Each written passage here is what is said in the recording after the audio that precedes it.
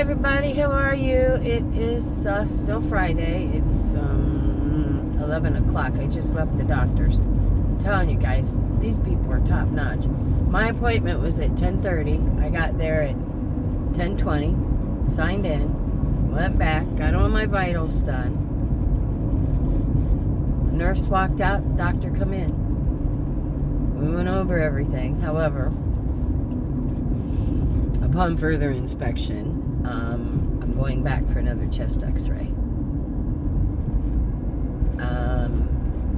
Back on antibiotics, back on a real strong antibiotic and a real strong Mucinex type medicine, and back on steroids.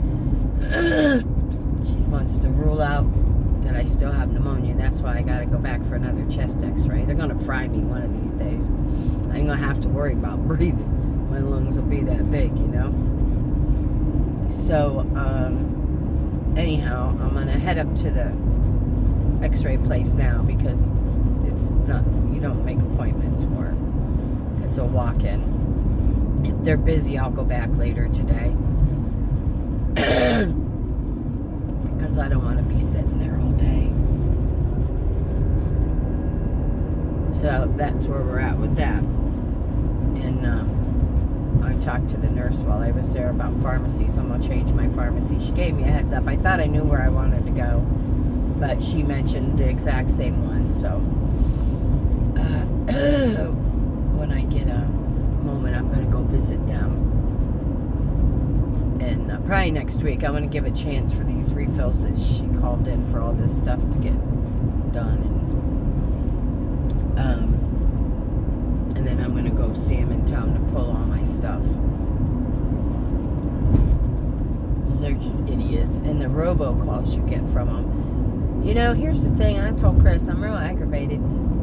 The pharmacist called me and wanted to know, can I discuss your medicines? And I thought, okay, Well, she picks out one blood pressure medicine that I'm on. I take two, one in the morning, one at night, because of the pulmonary hypertension to keep everything, all the pressures down. And I said to her, okay, so she picks out my nighttime blood pressure medicine that I take. And I thought she was going to go over my whole list of medicines. She says to me, have you considered taking statins? And I said, no, I don't need them. And she's like, well, she says, I really think you need to be on a statin. And I said, no, I don't need to be on a statin. And she says, well, when you see your doctor, she says, you might talk to them about it. And I'm like, look, I'm telling you right now, I don't need to be on a statin. So then she jumps right from that, doesn't want to talk to me about any of my other medicines. She jumps right from that and goes right to, well, have you had a pneumonia shot or shingles? And I said, it should be on my history. I can't take the pneumonia or the flu shots. I have bad reactions to them. I said, and we've not discussed shingles yet. Because, my old doctor was worried about giving me anything, and, they refused to give me the COVID shot because of my reaction to those kind of shots. And I'm glad, I didn't have COVID, so I didn't worry about it. And when I went to ask her, why is she asking me all this? She says, okay, she says, that'll conclude our conversation. And that was it. So I spoke to him this morning at the doctor's. I said, why is the pharmacist calling me wanting to know why I'm not on a statin and that I should talk to you about it? She says, you don't need to be on a statin. There goes that guy that drives a boat down the street. I got to catch that on film one day. You guys would die. Anyhow, and she says, no. She says, if that happens again, she says, let me know. She says, that's straight. She said, she should have never did that. I said, well, she did. So I'm going to get away from that pharmacy, just done with them. Trying not to cough, guys. So, anyhow, I was talking about the new doctor. I just absolutely love them. And they treat you with dignity and respect. And, they ask you, how are you feeling? How have you been since I last saw you? They're truly concerned. It was quite nice, actually. So I go back to see them in June. I don't know, maybe the 5th, because I go to see the dermatologist, and then the next day I go back to see them. Because even though they're in the same building, I can't do both trips in the same day, and I get that. So yeah, I've got a busy time the next few weeks with, actually, all the way through.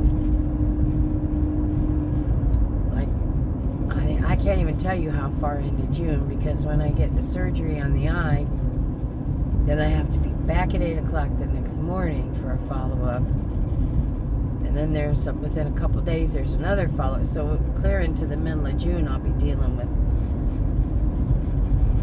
stuff, and then I'll have a break for a few weeks, and then I go see the knee surgeon. So I got to get feeling better. That's why I told the doctor. I said, look, I got these things going on, and if I'm sick, they're not going to see me, and we're not going to get this stuff taken care of, and I want to get it taken care of.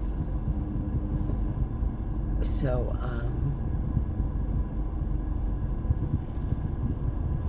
yeah, it's coming along. I just got to get feeling better. I have a little more energy than I've had.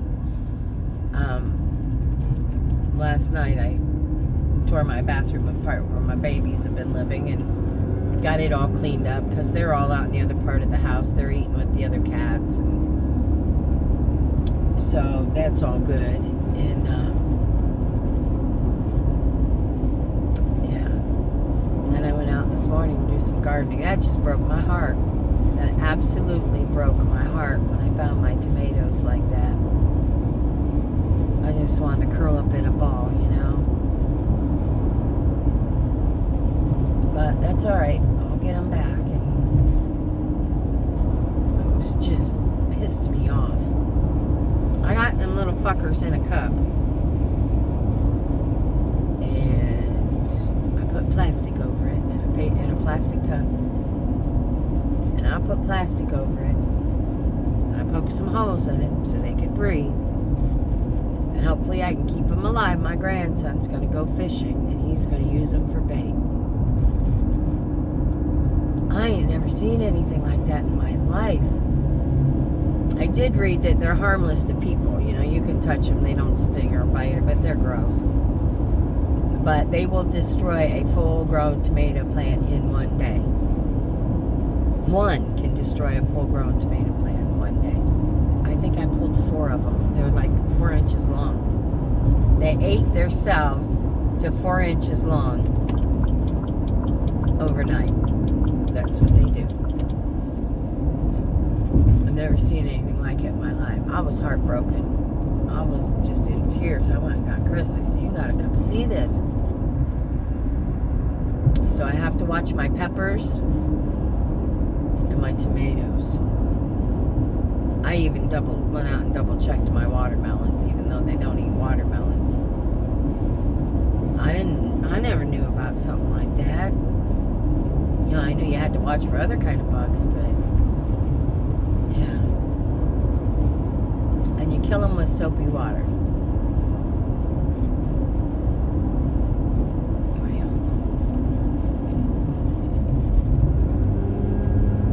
I don't know. But yeah, that was really discouraging when I saw that. I worked so hard and going out there when I couldn't breathe, and to nurture those plants along, and I was shocked. I was shocked. That's okay. But it did. It looked like some little animals were munching, like little squirrels, picked up them tomatoes and were eating on them. Yeah. That didn't look too bad. I think I'll stay and get this chest x-ray done. So that's where we're at, guys, and I'm here. Since I'm already up here, I'm going to stick around and get it done. That way I can go home, and I what I'm gonna do. Got a lot of housework done last night when I had a little bit of energy. I'll have it again now, taking steroids. You can bank on that one. But I need to get better. I'm tired of being not good. So, alright guys, I'm gonna find myself a good place to park here. And I might be back later on. I'm gonna try and just take it easy because I want to go. I already told Chris I want to go out in the water on Sunday, so I'm gonna try and save my energy for that. All right, guys, I'll be back. Maybe I'll make some donuts when I go home. We'll do that. Anyhow, thanks for stopping. I love you all. Please trust I've not been ignoring you. I've just been too sick. I've been sleeping so much. Hopefully we're on the road to recovery because I do feel a little better today. Alright guys, I love y'all. I'll see you later. Push my buttons. Y'all are making my hubby just so happy. Alright, see you later guys.